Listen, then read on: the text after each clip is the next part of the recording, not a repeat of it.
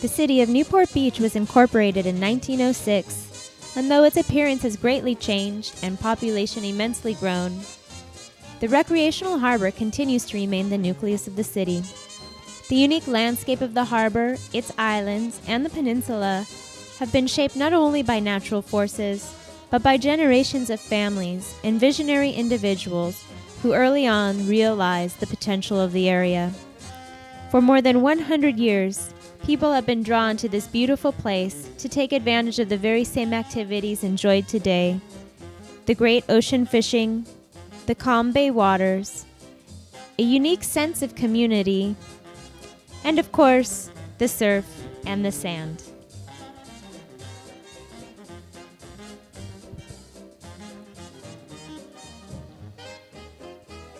The most recognizable of Newport Beach's landmarks is the Balboa Pavilion. The pavilion was built in 1905 to serve as a bath and boat house. The Newport Bay Investment Company funded the construction of the pavilion in order to bring attention to the recreational activities available and to attract potential land buyers.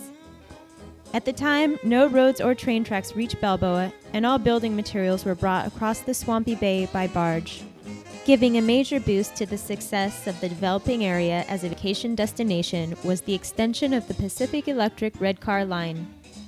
On July 4, 1906, the first red car arrived at the pavilion.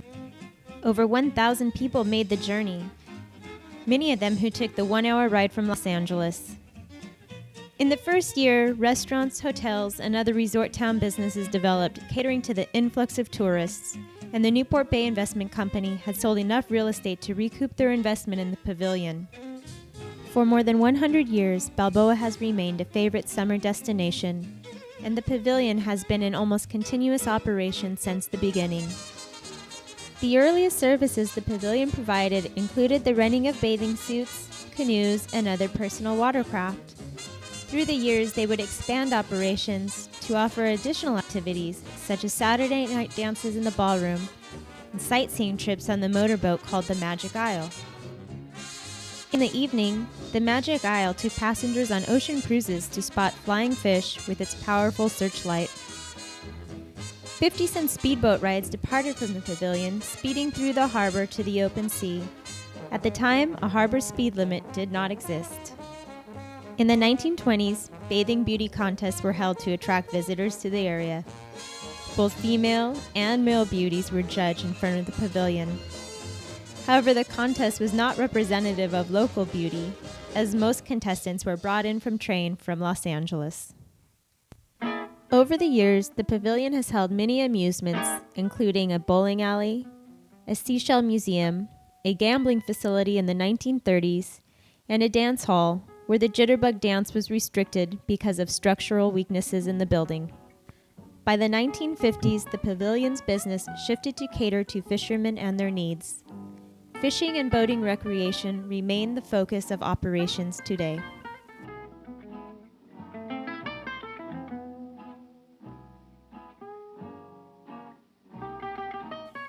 In 1909, the land adjacent to the pavilion developed as a boat building and service business, one of several on the newly established recreational bay. In 1919, the land was sold to the Roger brothers, who operate the business as a boat building, repair, and storage facility, and by 1929 had expanded the business along more of the waterfront. During these early years, additional business came from some of the many movies being filmed in the bay, and Roger brothers assisted in the building and repair of these large movie props. By the 1930s, business had slowed dramatically, and the land was sold to Newport Beach banker and landowner John Vogel. Together with partner Al Anderson, the boatyard was cleared and the waterfront amusement park called the Fun Zone was built. Arcade games, kiddie rides, a merry-go-round, and the Ferris wheel were brought in. In addition to amusement rides, fair-style foods and games, visitors could sunbathe, swim, or dive from one of the floating platforms right off the shore. In 1948, the Fun Zone Boat Company started business and continued the traditions of harbor cruises and boating excursions that are still in operation today.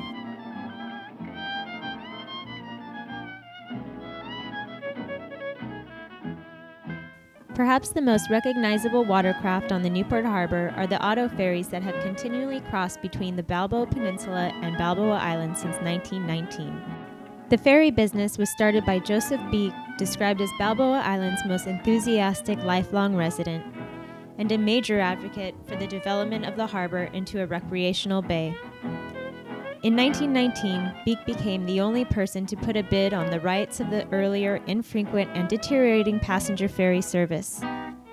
In doing so, his intent was not to make money, there simply were not enough customers at the time, but to make Balboa Island a more hospitable and attractive place, especially to potential buyers of the island's subdivided, empty lots.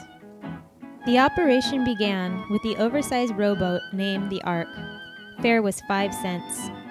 Beek then expanded the operation with the Fat Ferry, capable of accommodating an occasional auto, and then in 1922, he began operating the Joker, Beek's first self-propelled auto ferry. Offering regular passage, the Joker could accommodate 2 cars and up to 80 passengers. In the 1930s, the Commodore was added to the fleet, and by the 1950s, 3 new ferries were built with the same appearance as the earlier Joker, named the Admiral, the Commodore, and the Captain.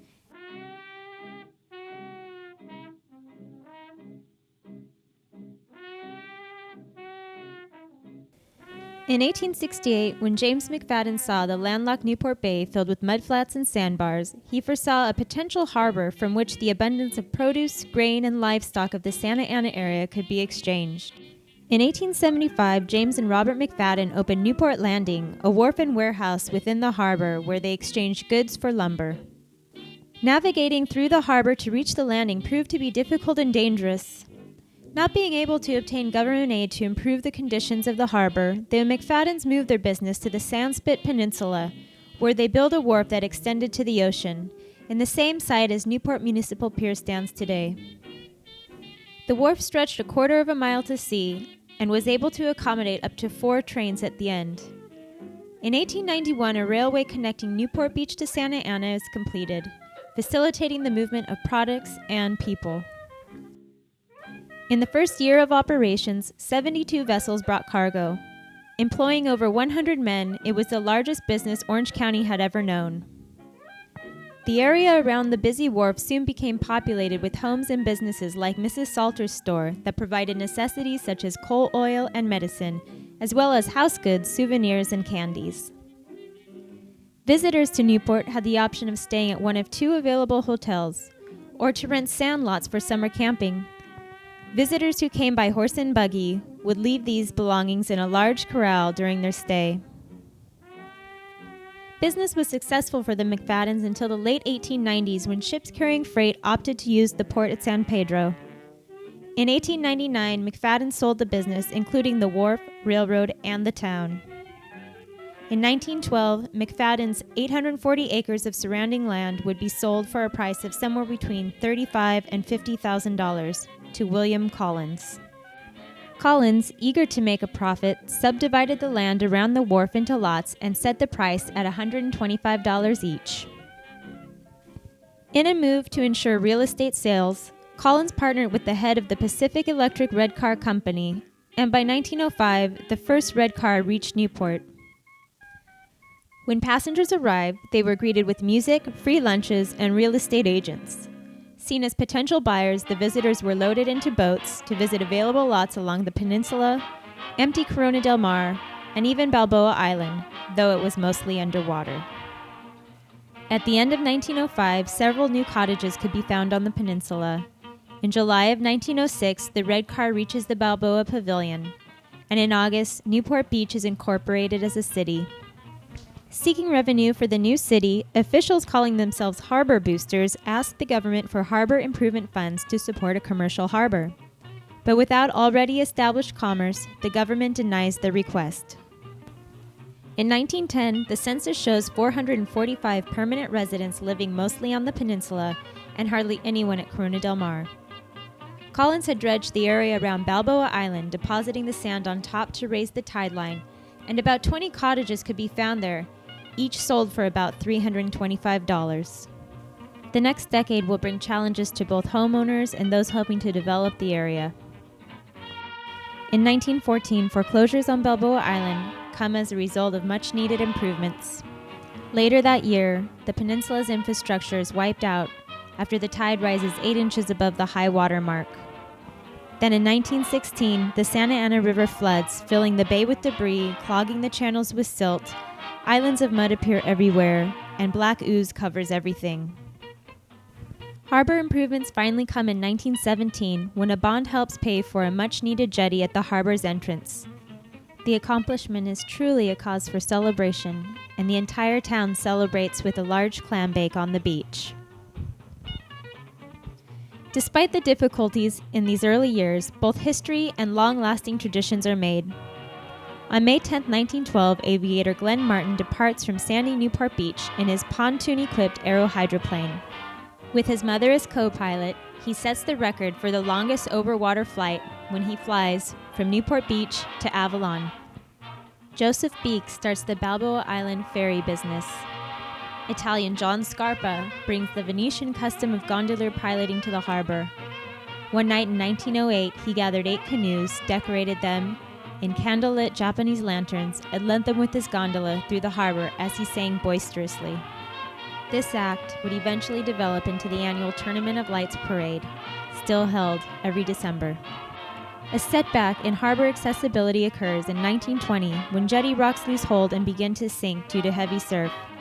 The jetty is lengthened, but it is clear a second jetty extending from Corona del Mar is needed. With only one jetty, the waves make an excellent surf break that rolls into the harbor for a good distance. This condition attracts Hawaiian world champion surfer Duke Kahanamoku to the area. He begins a surfing club in Corona del Mar and holds regular surfing contests. Needless to say, surfing as a sport grows tremendously in popularity. With more of the harbor dredged than ever, harbor boosters welcome the Albion, which brings 100,000 feet of lumber. The occasion is celebrated, but to the disappointment of the boosters, the Albion is only one of 2 freight ships that will again enter the harbor for reasons of commerce. Between 1923 and 25, at least 4 ships run aground or capsize in the harbor entrance, and several lives are lost. These events led to a life-saving corps formed by Anton Deriga. The operation began with a dory boat, buoys, and life-saving lines. Although the harbor entrance is difficult to navigate, the interior bay waters are calm and more personal watercraft appear. Harbor activities increase with the population, and sailing and yacht clubs are formed. By 1926, the jetty is in poor condition. Enough loose rocks have shifted so that in many places, the ocean engulfs parts of it at high tide. In 1927, voters pass a bond to strengthen and lengthen the jetty so that it has a slight curve at the end. The bond also covered the building of a second east jetty. The improvements were a cause for celebration, but unfortunately short-lived. The curved jetty diverted ocean water to the waterfront, eroding away the shoreline, and the sandbar at the harbor only grew larger. All allotted improvement monies had been spent, only to make the situation worse. In 1928, the sandbar at the entrance made for excellent surfing. But at a depth of only 4 feet at low tide, many wondered how Newport would be able to meet their obligation as host to both the Trans-Pacific race to Hawaii and the International Star Class race scheduled for the year. A Citizens Harbor Committee, headed by Chairman Joseph Beek, sought private donations, including the collection of pennies from school children. Able to collect enough funds, the committee commissions a dredger, and the harbor is cleared to a safe depth to host both events that year. With the harbor functioning for recreational use, no one thought the government would fund further needed developments. However, in the midst of the Great Depression, government monies were able to be secured under President Roosevelt's National Recovery Act, giving much-needed jobs to many. Finally, the safe and navigable harbor so many had longed and fought for would become a reality.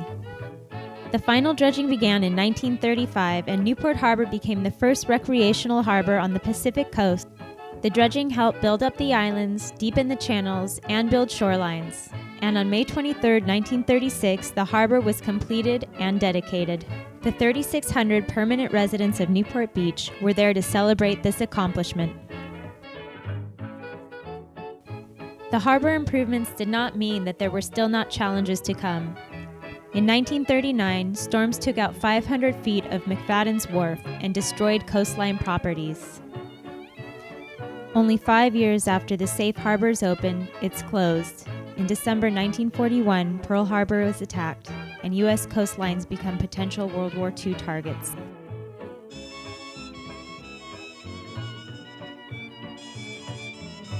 At 12:30 on December 7, 1941, the harbor is officially closed. Blackouts along the coast are enforced, as the attack from offshore Japanese submarines is a threat.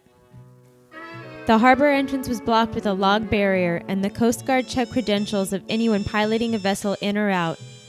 Only fishing boats could access the sea. For this, they had to obtain a special permit. In-harbor sailing slowed drastically in pace, as gasoline rationing prevented many from traveling to the harbor to participate in sailing events, and many residents left their vacation homes for the city. More than 250 military vessels were built, dedicated, and launched from the harbor, including minesweepers, subchasers, and rescue boats. Servicemen and women stationed at nearby Santa Ana Army Air Base would frequent Newport Beach on leave time, bringing commerce to the city. The Fun Zone, various clubs and restaurants, and especially the Rendezvous Ballroom were packed with servicemen and women and their local dates to hear and dance to the most popular bands of the era. The Balboa became a popular swing dance style that spread throughout the country. At the end of the war, Newport's population had boomed. The wonderful weather, activities, and lifestyle easily persuaded thousands that had been stationed nearby to call Newport home.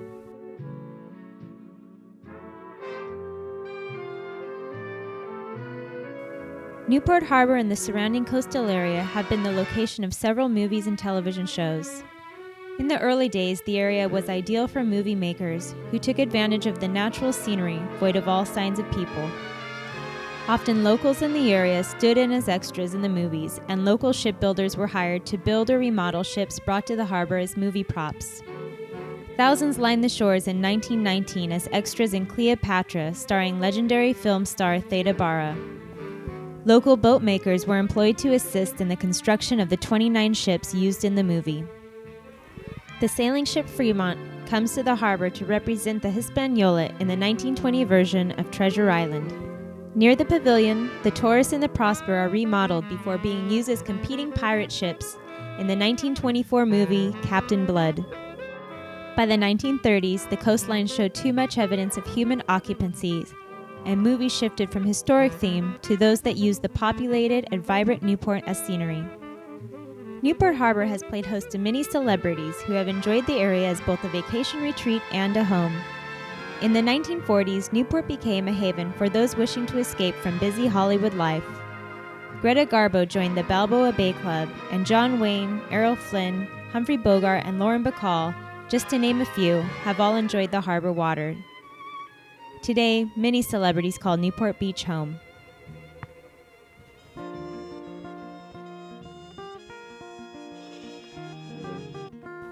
As long as people have been at Newport Beach, they've been fishing. Early visitors watched in amazement as fishermen put large nets out to sea and then, with the help of horses, pulled nets bursting with fish back to shore. A fishing tradition was started when in 1906, the dory boat fishermen established their business next to McFadden Wharf. Bringing fresh seafood in from the sea, the fishermen, with the help of their wives and families, would sell to customers right on the beach. Their business has not changed or moved locations since 1906. Sport fishing became a major recreation in the 1930s and grew enormously through the 1940s. This was due to the abundance and variety of fish off the Newport coast. Small bait fish like anchovy were in such great numbers that sports fishing boats first gathered bait right off the coast, using nets before heading out to deeper waters. This optimal fishing environment led to a boom for the sports fishing business, and between 1945 and 1950, Newport Harbor was home to the largest fleet of fishing boats in the world, with approximately 136 licensed vessels. There is no need for a fishing pole, boat, or net when the grunions are running. The first fishing cannery was built in 1921 at what was and still is the Center for Commercial Boat Activity.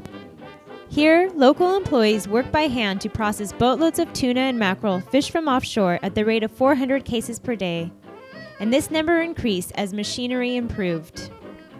By the 1930s, 3 canneries were in steady business to meet the demands for affordable, high-protein foods during the Depression and World War II.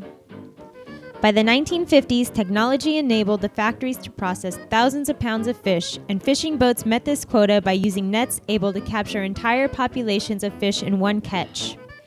In combination, these commercial fishing practices led to the major loss of fish population and polluted waters.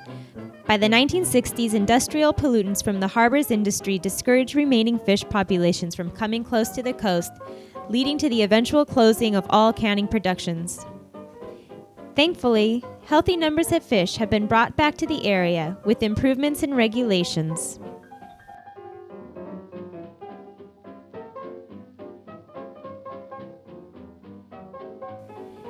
There are many more stories that have here gone unmentioned. Many parades, racing events of every caliber, nostalgic businesses, and days of pirates. All of which are segments in a rich and ongoing harbor history.